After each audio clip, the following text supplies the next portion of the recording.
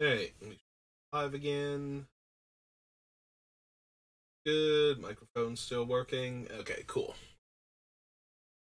Uh, oh, am I getting a notification that I've gone live? Is that what's happening? Yes, my phone notification is a happy chocobo. So.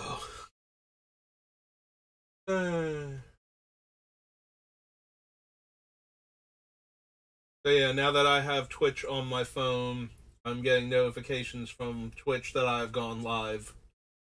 Well, that makes sense. Okay, so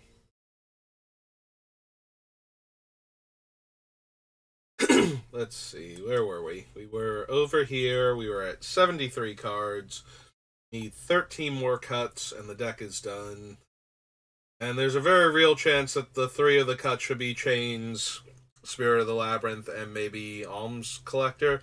We could probably still run Alms Collector, like that would probably be the correct one to still run, because that one lets us draw extra cards when our opponents try and draw extra cards, but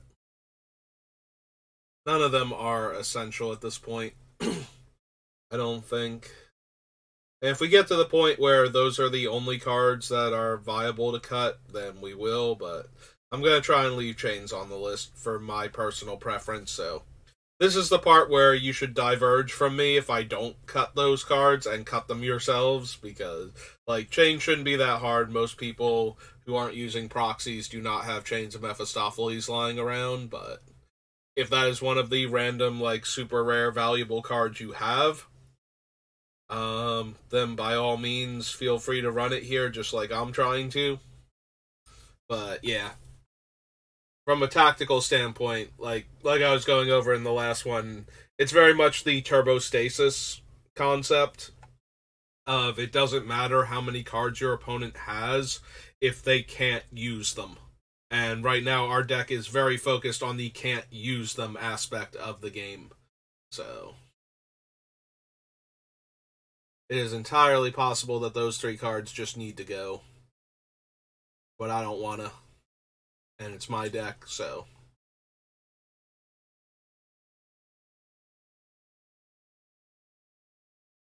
But in all seriousness, you should, even if you were going to copy the deck card for card, you either have a collection like mine, or your group doesn't care about proxies, or whatever. Whatever reason you had for being able to run all of these cards. I don't think Chains is actually good for the deck anymore. I genuinely think that with everything else we have going on, we can probably go ahead and just cut it, along with the other two. And if we were going to keep one of them, it should be the Leonin Arbiter.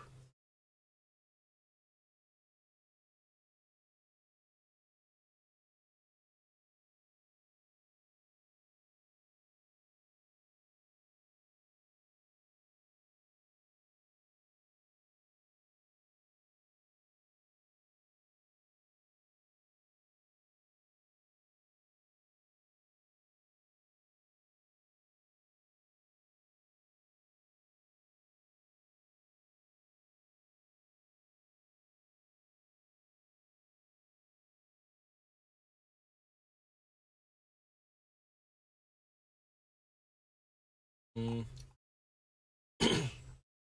Yeah, I keep going back and forth on some cards. Like, I'm wondering if we can actually cut, like the Flawless Maneuver.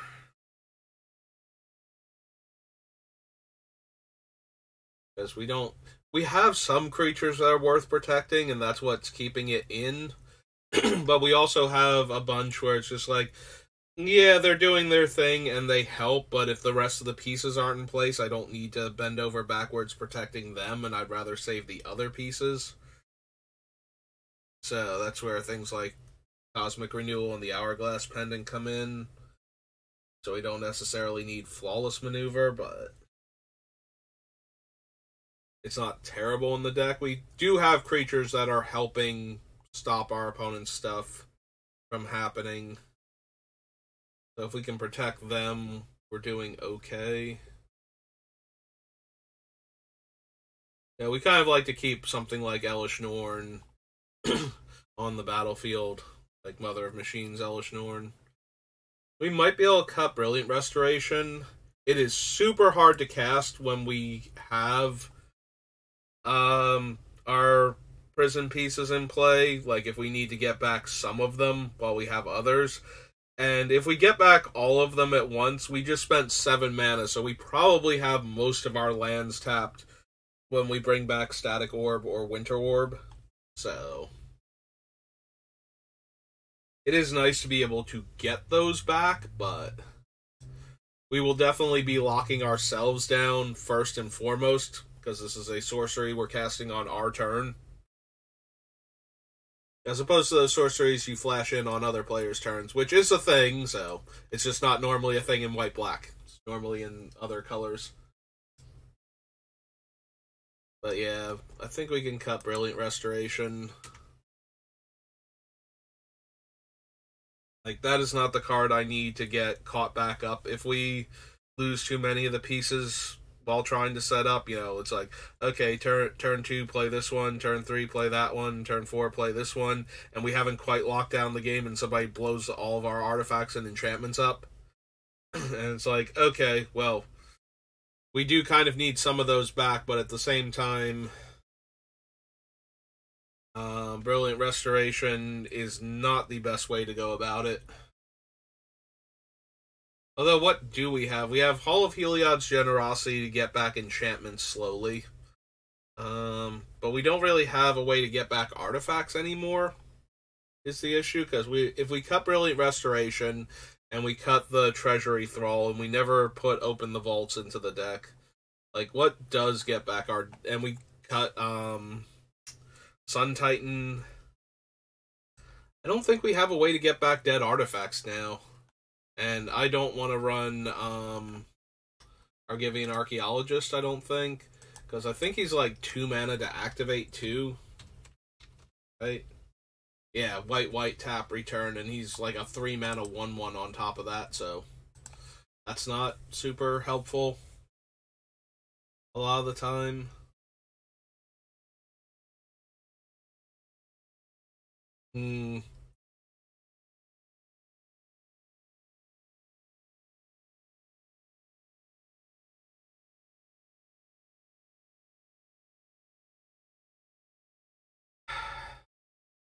I am going to want a way to return my artifacts to play from the graveyard.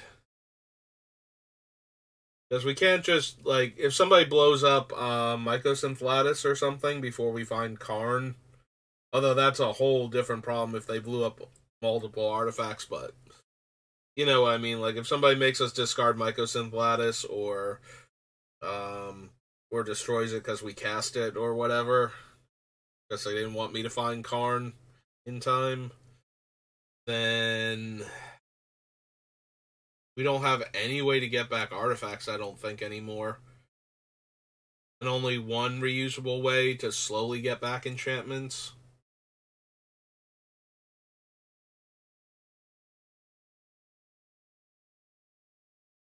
So, Open the Vaults is only, it's like it's 6 mana, right? Like, we knock 1 white off entirely and change one of the other white to a colorless. Where Open the Vaults is.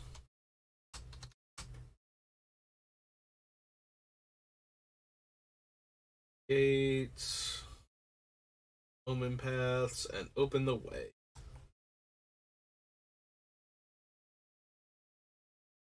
Artifact and enchantment cards from all graveyards to the battlefield under their owner's control.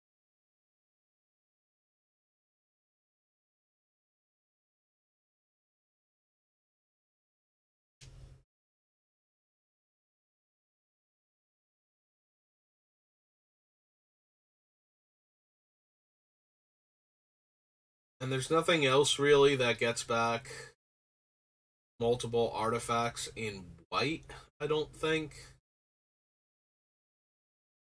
And enchantments at the same time, like it's Open the Vaults and Brilliant Restoration, and then there's that 1 9 mana thing that would also get back Planeswalkers. And sorry, Karn, but I'm not spending 2 more mana to do that. It's like the one from Commander Legends or whatnot. Like every color got like a 9-mana sorcery, and White's one is get back like all your dead artifacts and all of your dead artifacts, enchantments, and planeswalkers.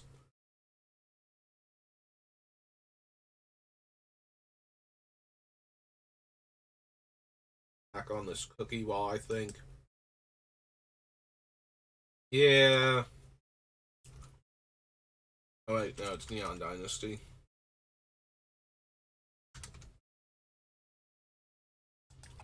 Yeah, I'm not thrilled with Brilliant Restoration, but we might actually need it as a way to buy back all of our dead stuff, because we don't actually have a way to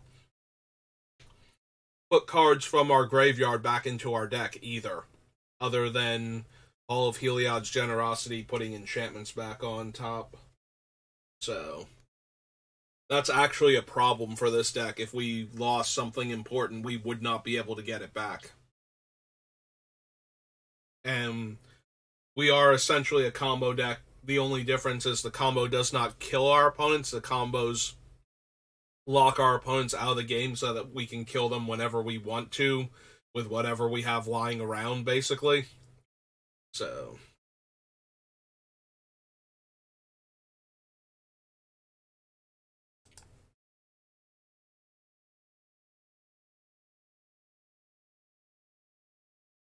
I don't think we can go to 0 on ways to get back our dead things.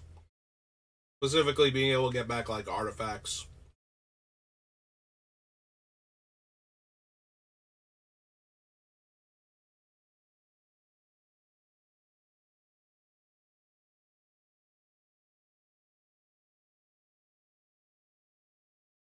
Mm.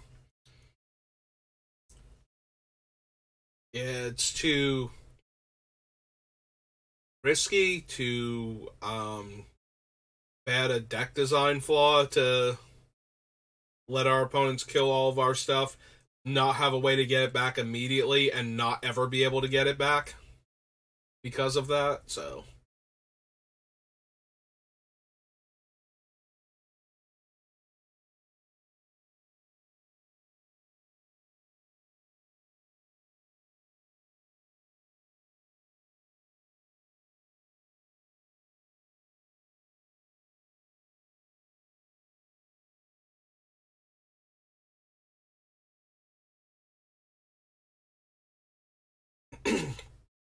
Yeah, as much as I don't want to spend 7 mana and then lock myself down while everybody else's stuff is untapped, being able to put, like, Cormus Bell and Blanket of Night into play at the same time, if both of them have gotten destroyed on separate turns before we establish the combo, like, that's worth paying 7 mana to do, so we do need something along those lines if we're going to set up a prison combo lock to keep our opponents from doing anything.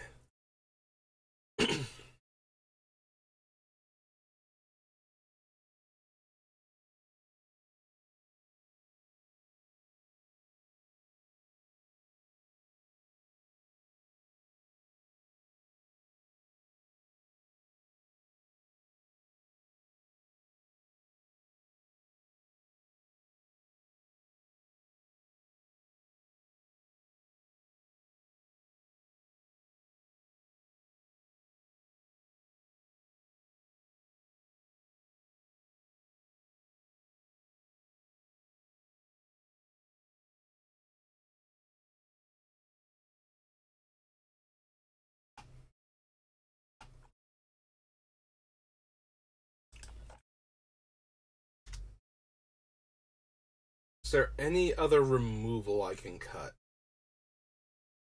Like, theoretically, we could cut something like Decton Stone, as is both a sorcery and limited to creatures. And we have, like, Legions to Ashes if we need to get rid of tokens. Because for straight up creature removal, we also have Swords and Path and Oubliette and Legions would work, Generous Gift, Darksteel Mutation, all the other ones that kill things, so Vindicate, Anguished Unmaking, Utter End, Excise the Imperfect. Yeah, we have so many other ways to kill creatures. Like, Decked in Stone is fine because we have multiple things that would stop opponents. Real quick for Decked in Stone, does it work on... Like, do we get rid of all other creatures, or just the ones the opponent controls? Yeah, it looks like it's just that player. So exile target creature and all their creatures its controller controls with the same name. So it's not like we could hit somebody's commander that's in somebody else's deck as a, like, part of the 99. Can't have that situation come up with Declaration in Stone. It is only creatures. Like, it's a fine removal spell, especially in our deck where they might not be allowed to activate the clue token.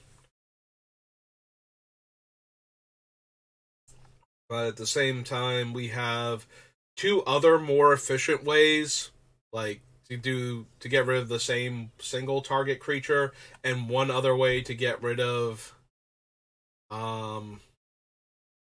everything with the same name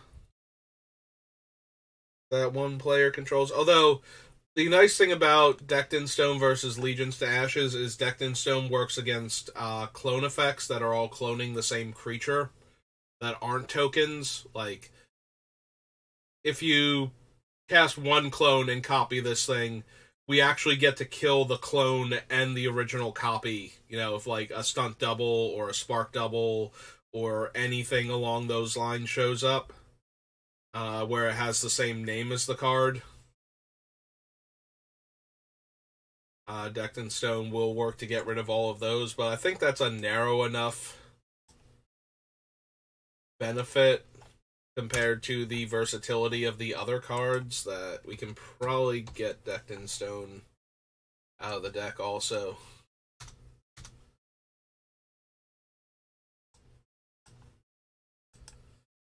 That brings us down to 72.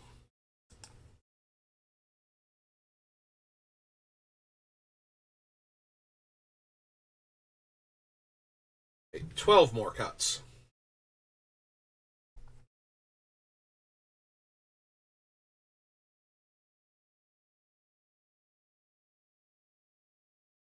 Yeah, we can probably get rid of the Deep Gnome. We have land tax, we have Oath. We have the Canoptic Wraith to help us get lands.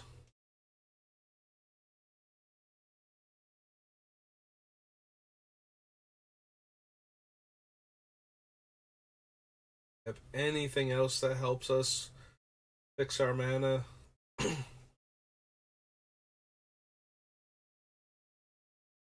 Labyrinth, Utter End, Shambling Vent, Watching. I don't think that we do. Not anything that we can reasonably cast anyway as ramping. Like, we do have Path to Exile and Settle the Wreckage can target a player, I believe. So, I know it targets the person, but I don't know if it's target opponent or target player. Because I did stop somebody at the pre-release for Ixalan who had 2 Settle the Wreckages in their deck by using the Storm Tamer Siren or something, the 1 blue 1/1 flyer that you can sack to counter a spell that targets you.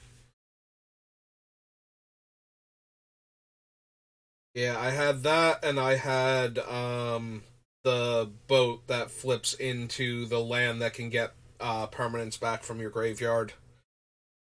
It's like a 2/10 vehicle or something. And flips into the land that's like 6 tap. It lets you do other things like 2 tap loot, 4 tap draw, and then 6 tap get a card from your graveyard. I forget if it had to be a permanent or not, but it let you get a card from your graveyard to your hand. So, just got the Siren back. Like, waited till I could get the Siren back again, and then cast it again, and then attack into the potential second Settle the Wreckage.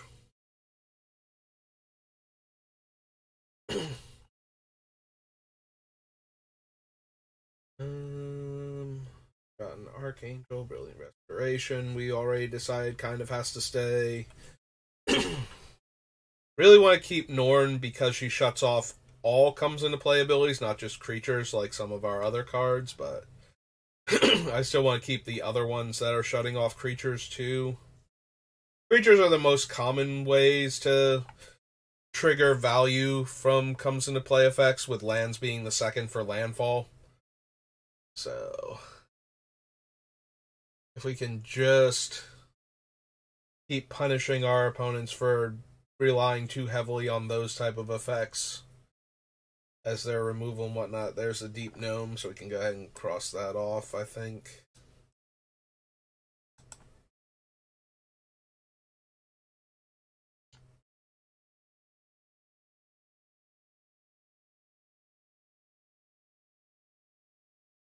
Yeah, no other real ways to ramp in the deck. So we got like 3 effects that will help us with our mana. Land tax doesn't ramp, but it does get us 3 lands when we're behind other players on land, and that should happen most games.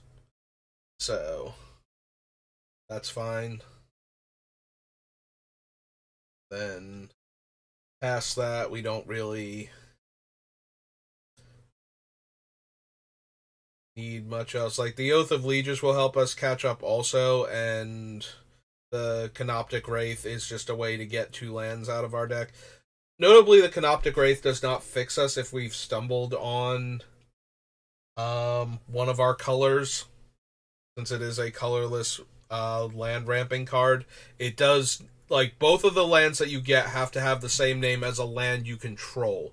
So if we're mono plains when we cast it, it will not get us more plain. It will not get us a swamp. It has to get us more plains if we don't draw a swamp by the time we want to use the trigger from it attacking.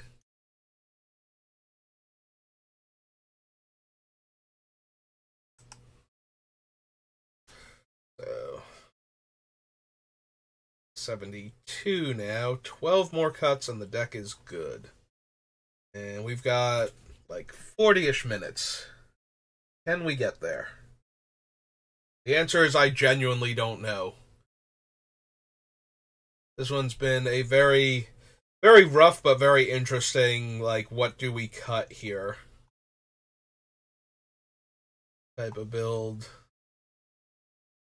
Because there's so many cards that if we cut that, we just leave ourselves very vulnerable to certain things our opponents can do. Like, I do not want to have, I do not want to not be able to stop a... That was way too many negatives. I want Graveyard Hate. Like, I want the very strong Graveyard Hate that we have where things never go to the graveyard at any point in time. We have, like, 2 no cards that all go to the graveyard, and 1 creatures don't get there, and 1 exile the graveyard just as a catch-all because it's on a land. So, between all of those, we have answers to everything from the graveyard our opponents could be doing. We have a lot of things that stop creatures from coming into play. We have a couple things that stop them from having abilities while they're in play.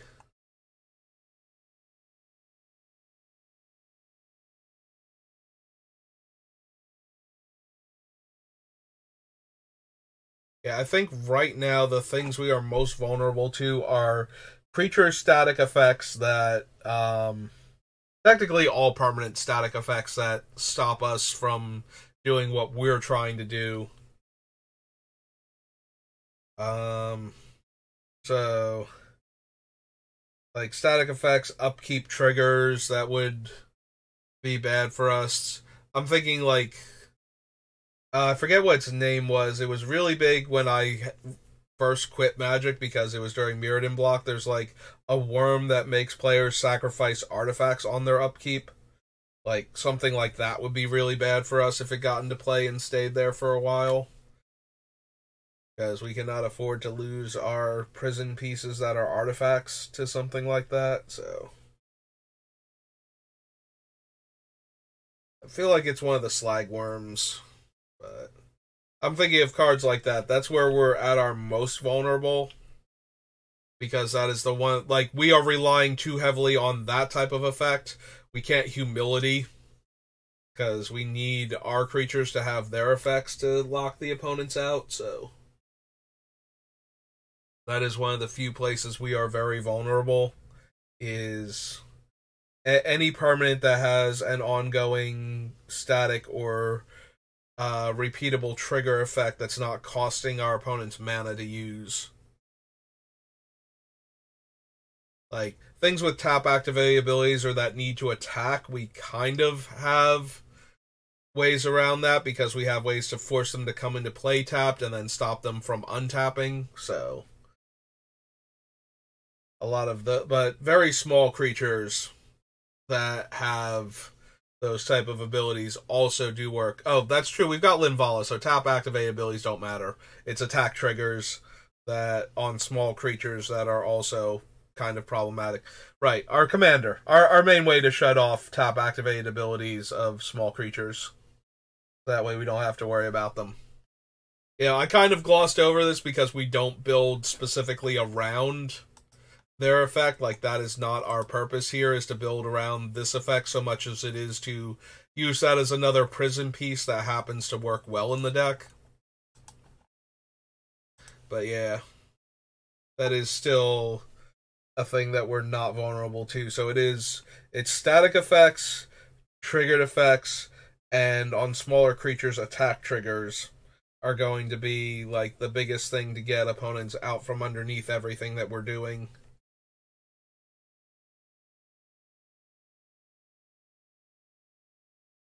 But fortunately, most players don't lean too heavily on too many of those. They tend to lean on comes into play effects, occasionally death triggers, attack triggers,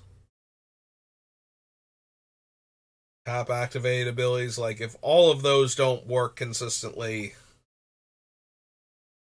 then we got some stuff going on for us. Path to Ancestry, I don't think is going to work out. I just noticed this. I don't think that one's going to work out anymore because we've cut a bunch of the other angels and vampires from the deck, but I'm pretty sure it taps for both of our colors and had an effect if we cast an angel or a vampire. I just forget what it is. I think it's a scry trigger. Could be wrong, though.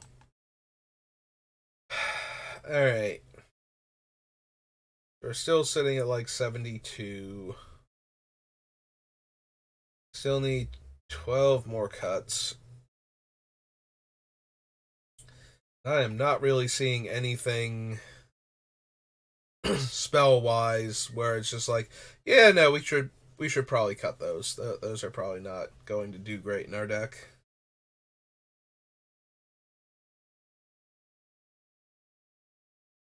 Do we actually need Containment Priest? I put it on the list as another, like, Hate Bear type card. But if we're restricting opponents' mana, if their creatures are coming into play tapped and not untapping, do we care about their non-token creature getting cheated into play most of the time? Probably not.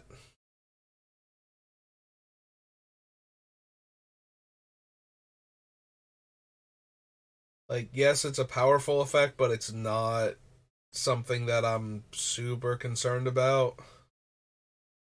Like, again, if they're cheating it into play, it's coming into play tapped a lot of the time. It's not getting its comes into play ability, and it might not be untapping, so cheating it into play might not even do anything in our deck.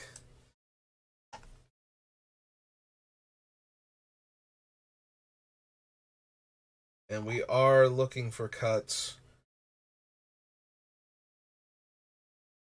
Yeah, that's one of those cards where the idea of it was like, oh, it's another Hate Bear, and we want Hate Bears in the deck, so it's on the list. And I've managed to gloss over it so many times, like, yeah, it's Containment Priest. That's a Hate Bear. That goes in a deck that's hating on what opponents are doing. But it's not hating on it in a relevant way, because, like I said, they're going to come into play tapped, they're not going to untap, and a lot of their abilities aren't going to work. So, cheating that creature into play probably didn't do much of anything. There are some cards where that wouldn't be true, but we have outs to them in our removal spells, so.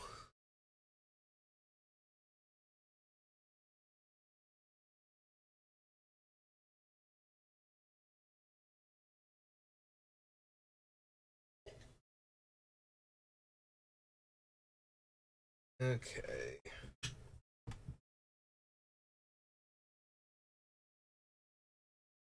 Blanket of Night, Empiric Tutor, R of Silence, Null Rod, Static Orb.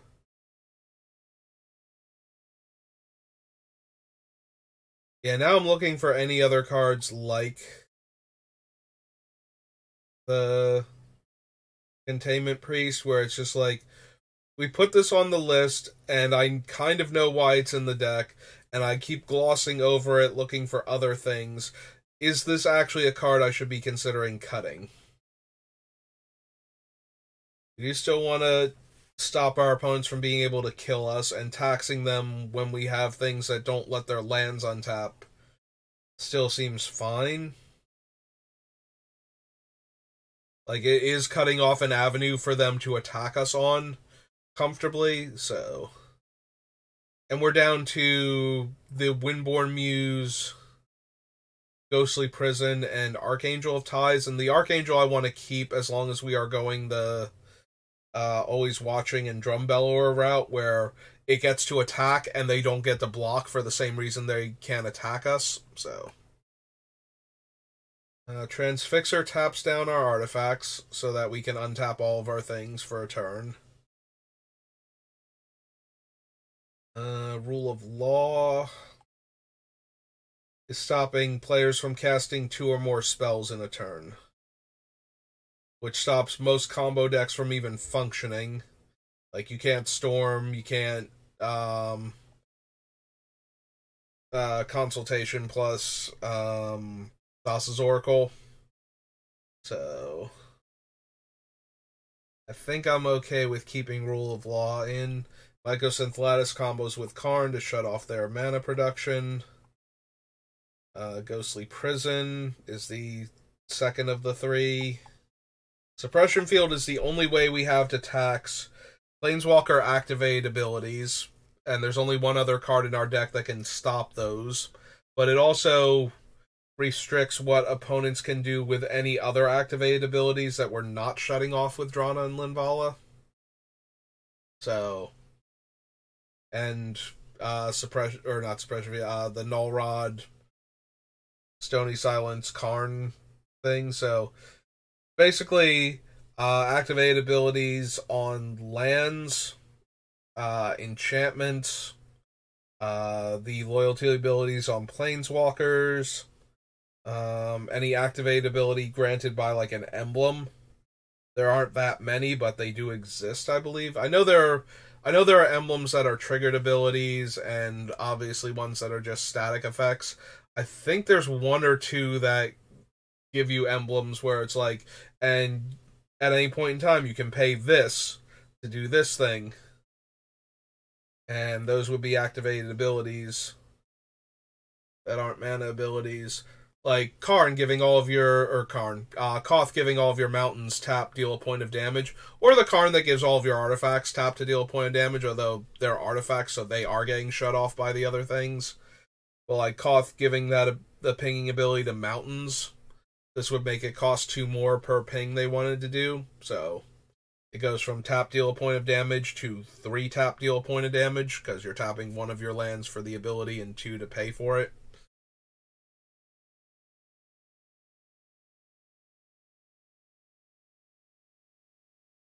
We do want Suppression Field, Leyline, Graveyard Hate card, which I do think we still want.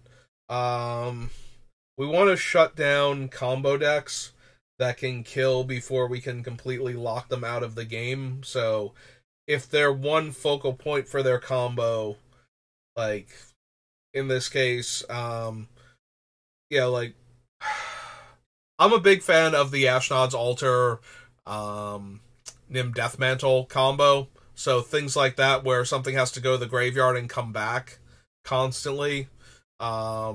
Or recurring time warp effects from the graveyard to take infinite turns.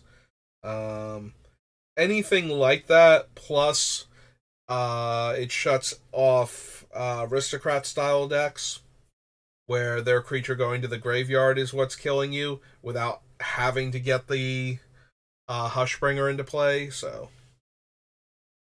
Hushbringer is in the deck though because it also shuts off comes into play abilities, and that is still something we want to do. So yeah, we want Leyline. Mind Sensor messes up their tutoring while not affecting mine. Idyllic Tutor is another thing that can get one of our combo pieces. So Lapse is one of the more questionable cards still on the list. Its primary function is when we are restricting what opponents can do with their mana, especially. Countering one of their spells that would disrupt our combo, instead of sending them back a turn where they just need to wait, draw it, and recast it, a lot of the times that sets them back multiple turns from casting it and gives us more time to either figure out how to stop them from casting the spell or getting to a part where we can mitigate the damage. You know, if it gives us time to find like Hourglass Pendant or Cosmic Reset or whatever it's called, Cosmic Renewal, something like that. So I do like Lapse of Certainty. It is one of the cards that is closest to being a cut right now.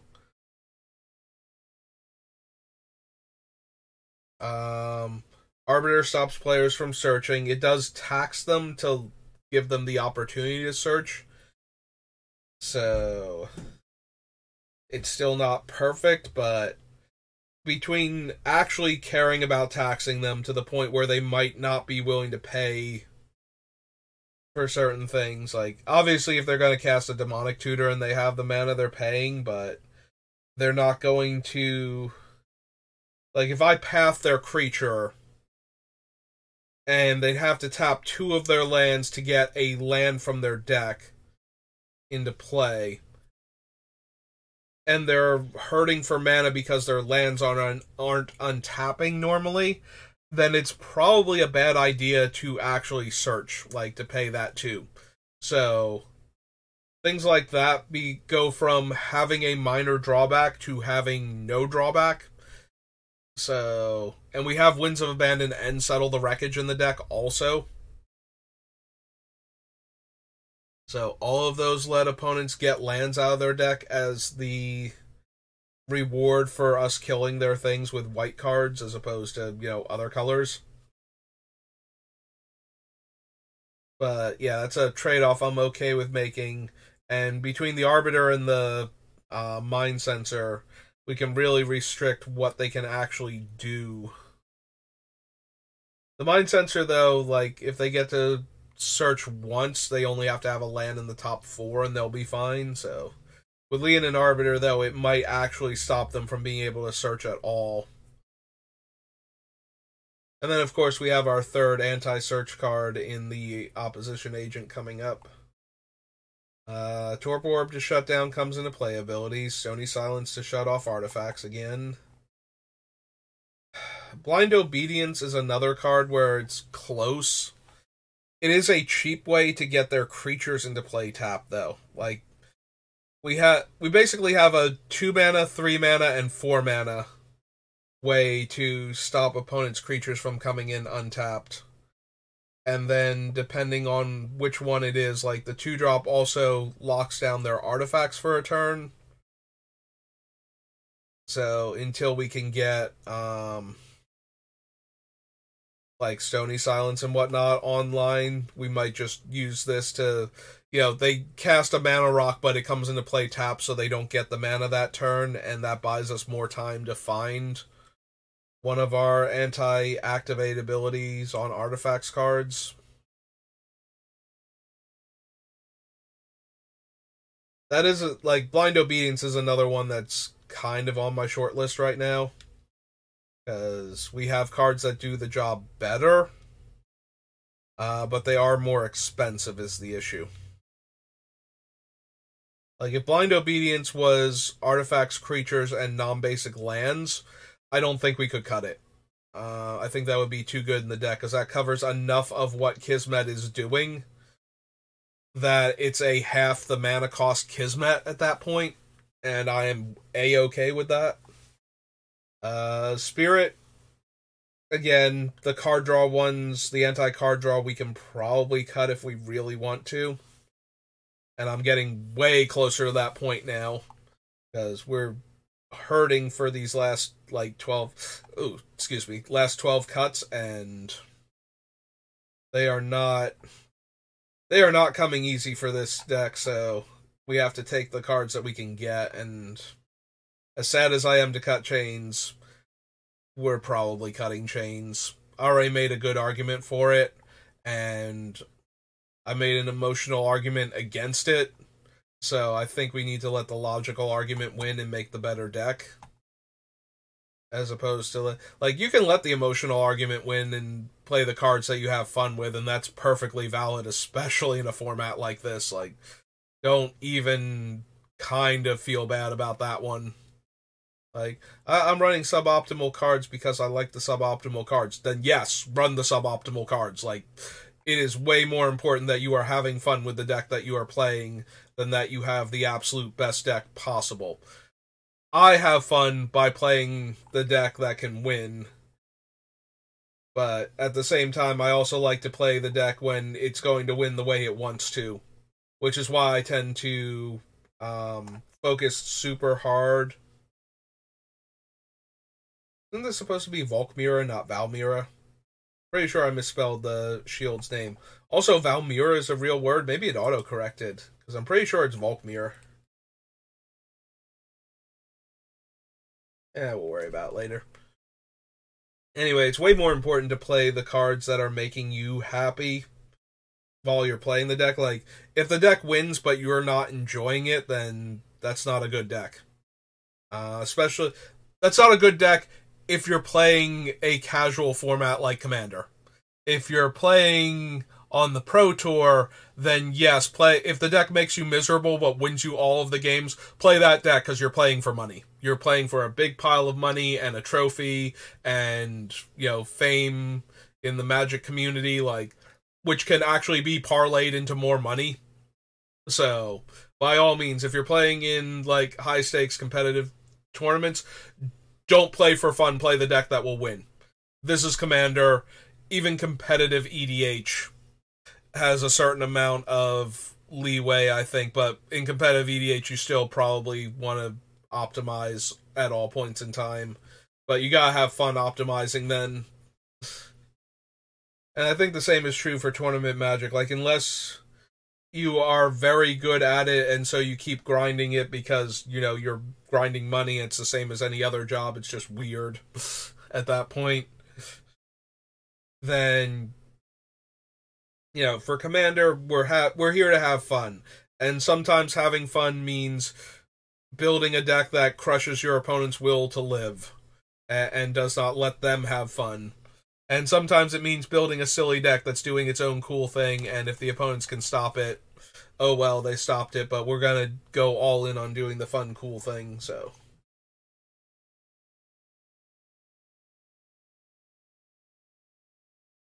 But unfortunately, if I want this deck to do its cool thing, I don't think it needs the cards that... Ooh. Hang on. Let me mute. I'll be back.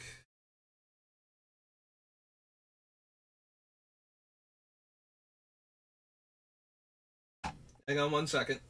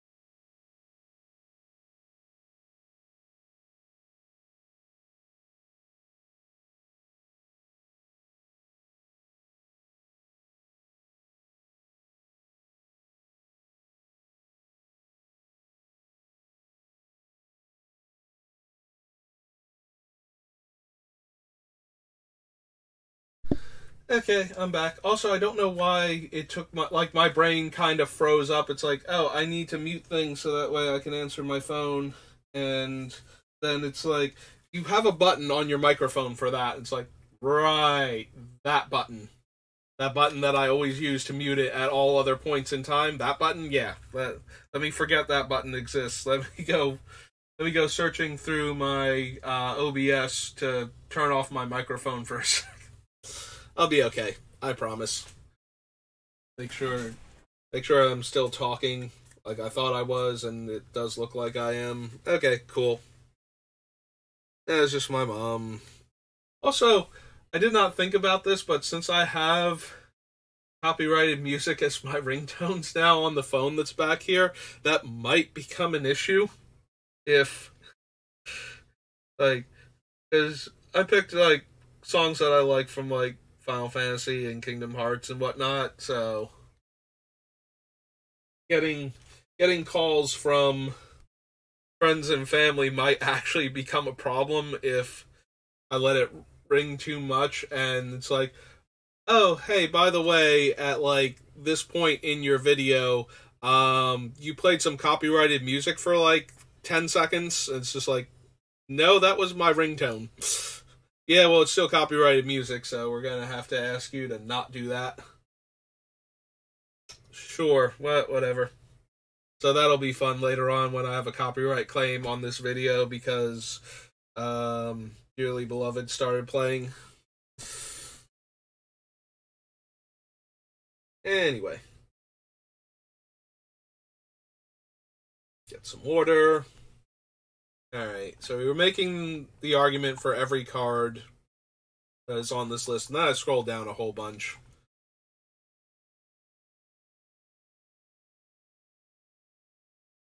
Yeah, I think we scrolled down a whole bunch while I was...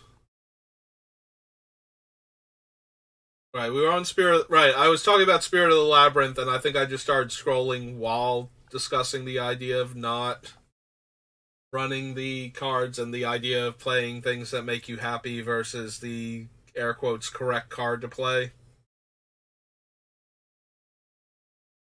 So anyway, Utter End is one of our removal spells. One of our catch-all ones, too, so... Always Watching is what's allowing our creatures to keep attacking under our own effects that stop, creatures with power 3 or greater from untapping. So, I am inclined to keep this, if at all possible. This is one of only 2 cards that will let us function completely normally under our own prison effects for creatures. So I think that's important enough to keep. Anguish Unmaking is another catch-all removal spell. Thalia is the middle ground between Blind Obedience and Kismet. Again, she only works on non-basic lands, but for her land one, but the lands coming into play tapped is way more important than the artifacts for the most part. Artifacts is only super relevant early on before we've gotten one of our anti-artifact cards down. So...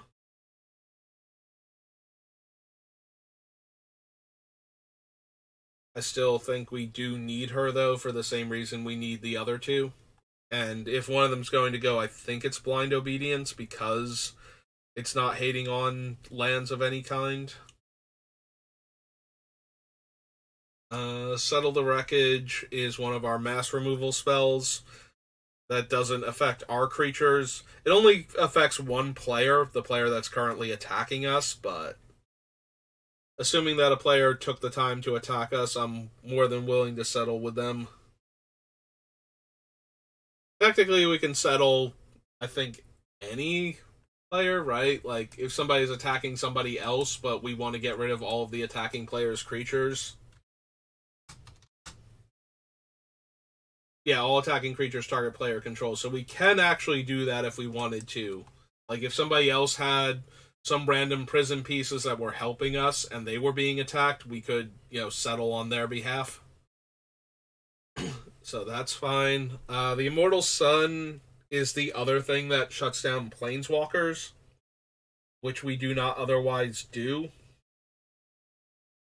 It does cause us to draw an extra card every turn, so that might be an argument for getting rid of Chains and Spirit of the Labyrinth, especially Chains, sadly, since this is now hating on something that we otherwise couldn't normally stop and is a problem for our deck. Like, Planeswalkers don't normally need mana to do anything, and can produce mana, and are not creatures, and therefore we can't stop them from doing their thing. Like, there's a whole bunch going on with Planeswalkers when they're in play where they are just kind of terrible for this deck, potentially. So having the Immortal Sun means they can't, like, cast a Vivian and destroy one of our artifacts or enchantments immediately, you know, or Freyleys or something, you know, one of the Planeswalkers that destroys our combo pieces, our prison lock pieces. we want cards that stop them from being able to do that. And Suppression Field can go a long way towards that, because they can't activate the Planeswalker if they don't have the extra mana. But the Immortal Sun is the only thing that's just like, no, stop that. The other thing that we could run is the new one from Aftermath. Since the list is out and the set is officially out, we could consider that, but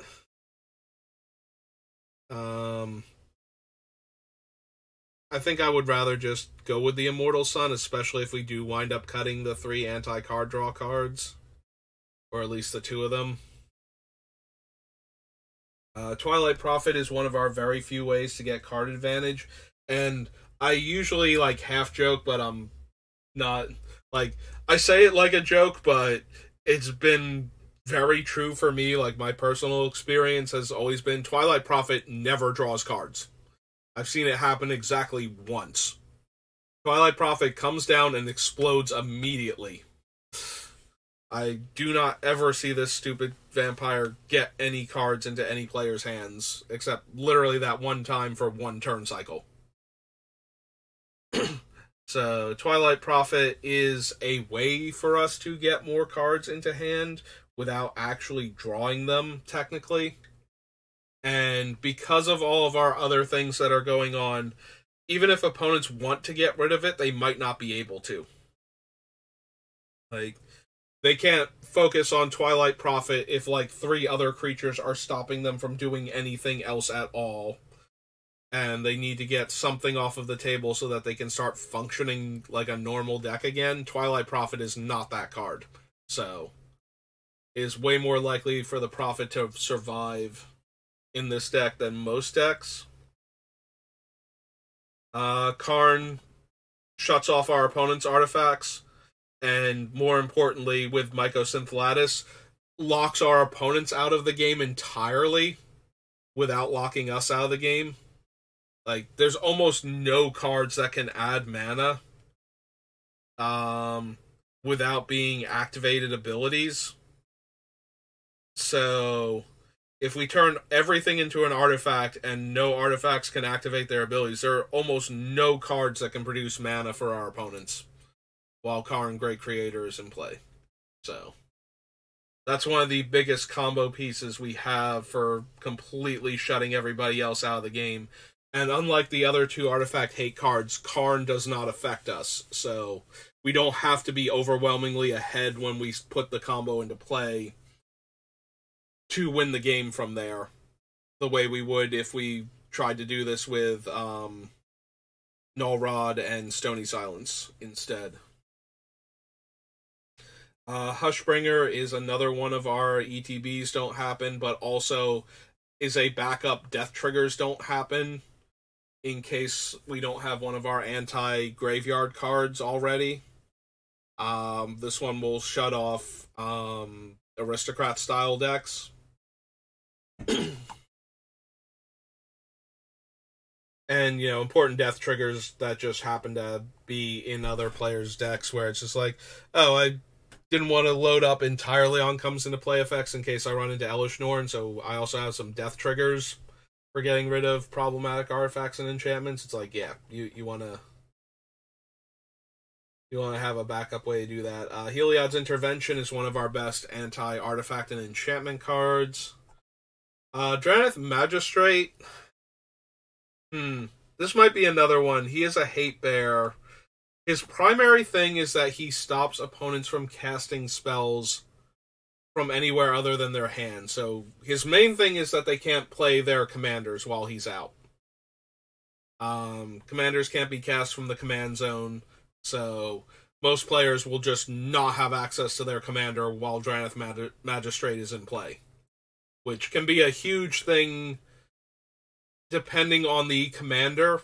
Like, most commanders, their primary thing is to be in play to generate their effect, but the Eminence commanders don't super care about Magistrate. Any commander that is there primarily to provide the color identity and then has an effect that they will occasionally use doesn't really get bothered by the Magistrate. And the one bird that can put itself into play by paying its paying a mana cost from the exile zone because it puts itself into play, I believe. It's like Derevi or something. Very close to Derevi, but not quite there. So those commanders aren't super affected by Magistrate, but most commanders are. It also has the added ability of hosing decks like Prosper and similar strategies where players are casting spells from anywhere else. Flashback, Jumpstart, the mechanic, not the sets, of course. Things like Yawgmoth's Will, Past in Flames, any of the red impulse drawing, things like the Chandra that zeros to do that, or Torch of Defiance. You know, all the ones that are exiling cards and letting you cast them in a heavy red deck, Dress to Kill. Like all of those Chandras and all of the similar cards. Cascade does not work under Magistrate. Since you're exiling them and then casting them from exile. Yeah, there's a whole bunch of stuff that Drana Magistrate locks the opponents out of doing that might be able to help them get gain access to cards or get more spells without drawing. So if we haven't restricted their mana enough, the Magistrate will give us a way to stop them from getting card advantage that way. And again, it also stops players from playing their commander, stops opponents from playing their commanders for as long as it's in play, so that is also beneficial a lot of the time.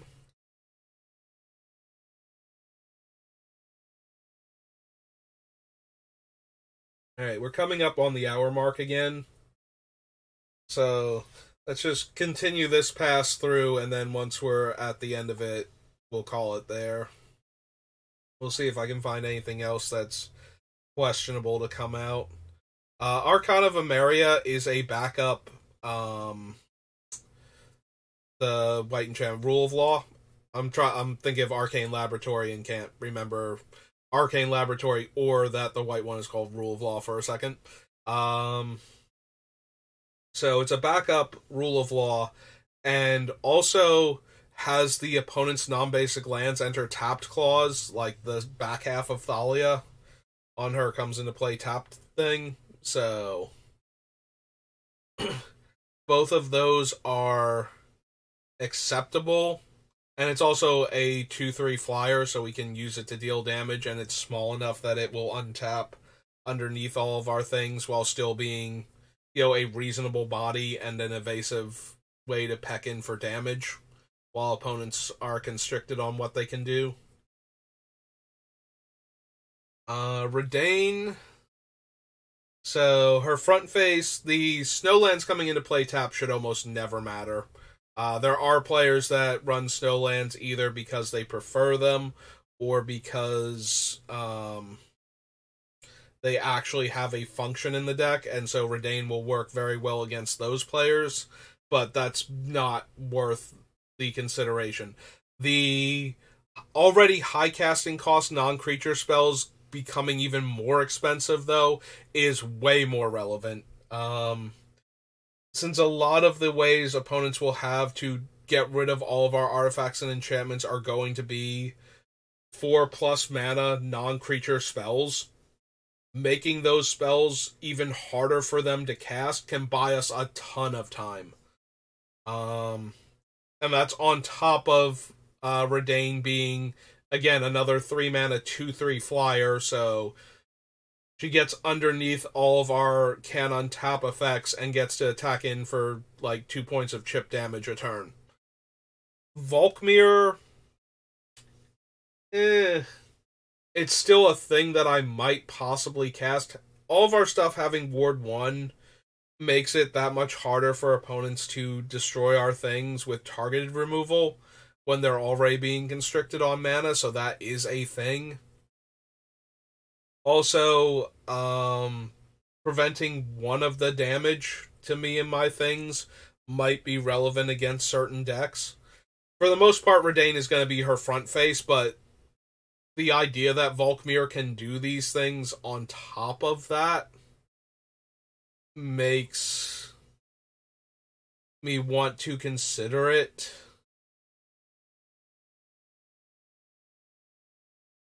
Yeah, I think Redain stays. The problem is I think a lot of these things stay. Lysa is our backup graveyard hate, who also protects our creatures from dying.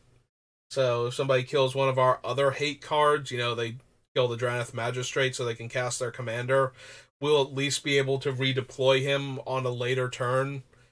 So that way, if commanders go back to the command zone, they're kind of locked there again until he goes away a second time. Or until Lysa goes away and then he dies. So there's that. She might be one of the more expendable creatures on our list. So I can consider getting rid of her because she's kind of redundant in the graveyard hate. Which is okay, and getting our creatures back that specifically die, because she can't get back things that randomly get exiled and whatnot. She's not one of those effects. So Lysa could be a cut. We already went over Brilliant Restoration and why that one's back on the list. Like, we almost cut it and then didn't, so Legions to Ashes is another one of our removal spells. Norn is the strongest out of the shutdown comes into play effects that we have. We should probably keep running Drana and Linvala, seeing as they're the commander and everything. It'd be really weird if we changed who the commander was, and then the name is no longer valid for the entire thing. Grand Abolisher stops our opponents from being able to counter all of our various prison combo pieces. Since we're casting everything on our turn, with a few exceptions, Grand Abolisher just makes all of our stuff uncounterable. Like, opponents can't cast spells on our turn, or activate abilities. So the Grand Abolisher is just stopping them from interacting with our things until they've gotten into play and been in play for not a turn cycle, but a turn, like the rest of our turn. So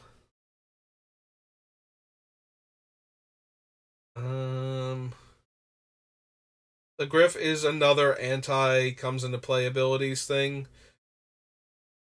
Maybe we don't need all of them, but it does feel like we need most of them, if not all of them, because we don't want...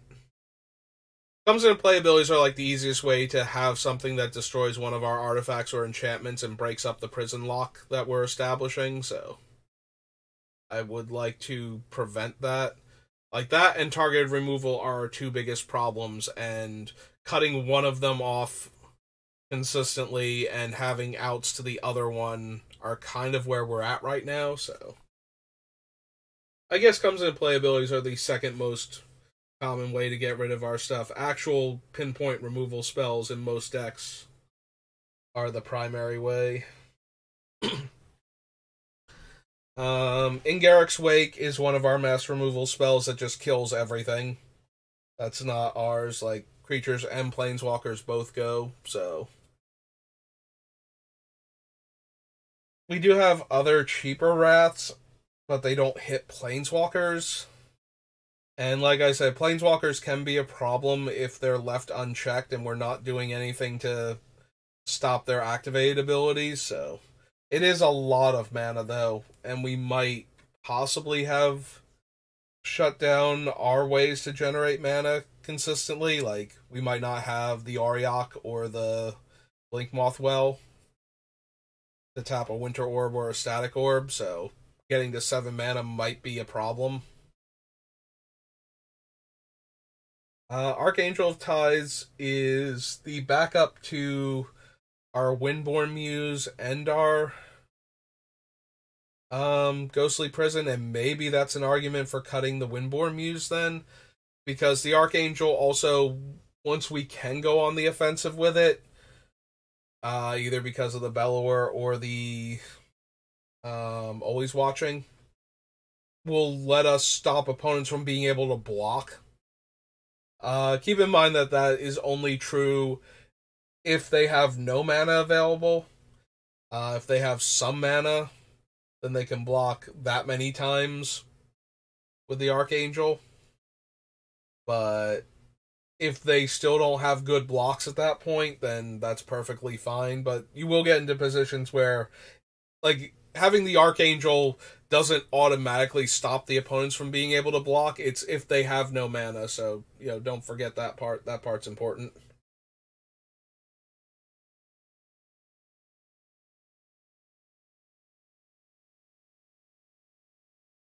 Sanctum Prelate is one of our best ways to preemptively handle board wipes that will hit our artifacts and enchantments. 6 is probably the best number in that regard, especially depending on colors, because 6 is Austere Command, Farewell, and Merciless Eviction, among others. So those are all ways to just kill all of our artifacts and enchantments, so Sanctum Prelate, probably worth it still. There's an argument to be made for cutting her, though, because we have to have her in play preemptively, and she has to still be alive when somebody goes for one of those things, but it is a way to stop some of the best ways to deal with our deck. So I do like having her on the list.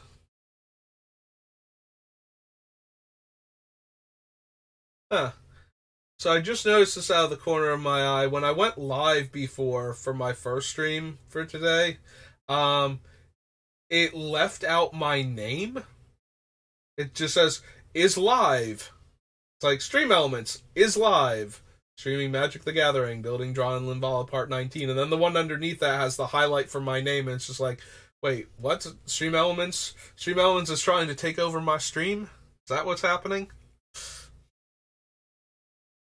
Anyway. So, Generous Gift, one of our removal spells. Winds of Abandon is one of our potential wraths. It is also similar to Decked in Stone, where it can kill a creature for 2 mana and get rid of it forever. And if we have the anti, in this case, deck searching strategy going, the opponent won't be able to get a replacement land for their creature. Dauthi Voidwalkers are backup to Leyline of the Void as our primary anti-graveyard shenanigans card. So I would like to keep that if at all possible. Opposition Agent is our third anti-searching card, and probably the most brutal. Like, the other two, one makes your searches terrible, and one won't let you search unless you pay mana. This one, I cast it, and all of a sudden you don't want to search. Like, searching is actively bad for you, and you never want to do it, so. It is a failure with the other two, though. With Aven Mind Sensor, I only get to look at your top 4 because I control you during the search. So, I still only get to look at the top 4. You are still the one technically searching, and Aven Mind Sensor kicks in. And if you don't pay the 2, you never search, so Leon and Arbiter can save you from a surprise opposition agent. Because now you can choose not to pay. So, and paying is a special action that doesn't use the stack, so I don't even think I get to wait and respond to it or the search effect itself. Maybe I still can. I guess it depends on the timing. You might actually be able to do it in a way where you can search and I can't deploy opposition agent in time.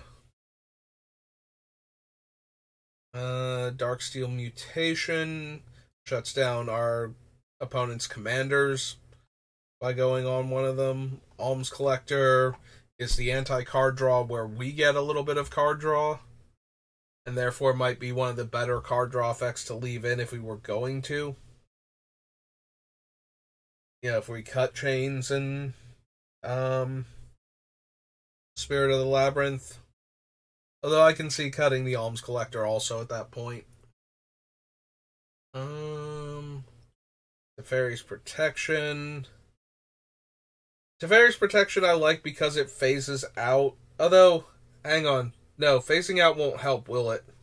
If we phase out Winter Orb and Static Orb, they will phase in before we untap, so they will still lock out our stuff. Actually, yeah, Teferi's Protection is a way for our opponents to get out from underneath our stuff, but not us. Huh.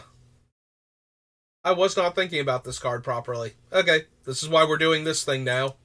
That is actually actively bad for what we are trying to do. So, the way phasing works is, at the beginning of your turn, before you untap, stuff phases back in at the beginning of the untap step. Then you untap, then you go to upkeep. And then anything that triggered during the untap step will go on the stack during your upkeep. So, yeah, Teferi's Protection kind of ruins our entire strategy if we have to use it. So, it will make our thing stop existing. So, Static Orb and Winter Orb and Meekstone and everything like that. Everybody else will get to untap normally until it gets back to our turn, where all of our stuff will phase back in and then we untap, so that's actually actively bad for us. Yeah, I think in my head I was forgetting that we would, like when I first put it on the list and was talking about it, we would have to get the cards back and then untap, so it doesn't actually work the way we need it to. Yeah, okay. Teferi's Protection can go. Flawless Maneuver is protecting our creatures right now, and some of them are very prison-enabling, so we don't want them to die. But if we need a cut, it's one of the potentials. Cosmic Intervention gets back all of our stuff. That would go to the graveyard. And we can do it for 2 mana. And we can also hide Cosmic Intervention in the exile zone until we're ready to cast it, and we get a discount in the future if we need to cast it, so. Like, yes, once players get used to our deck, they'll know that the card I have suspended is Cosmic Intervention, but at the same time, nobody can take it away from me at that point, so they just have to deal with it. So, Drum Bellower is our backup to Always Watching to let us untap our creatures that get locked down by our own effects. Hourglass Pendant is the backup to Cosmic Intervention, but it also is an anti-Time Walk card, so it stops players from taking multiple extra turns. Well, it stops them from taking any extra turn, but that means that players that try and take multiple extra turns won't be able to while the pendant is out, and it also has the effect of being able to save all of our stuff that died. And Excise the Imperfect is another one of our removal spells, And right now, Canoptic Wraith is one of our few ways to get some extra lands into play. And do some ramping. Alright. So yeah, we can cut Teferi's Protection. That brings us down to 70.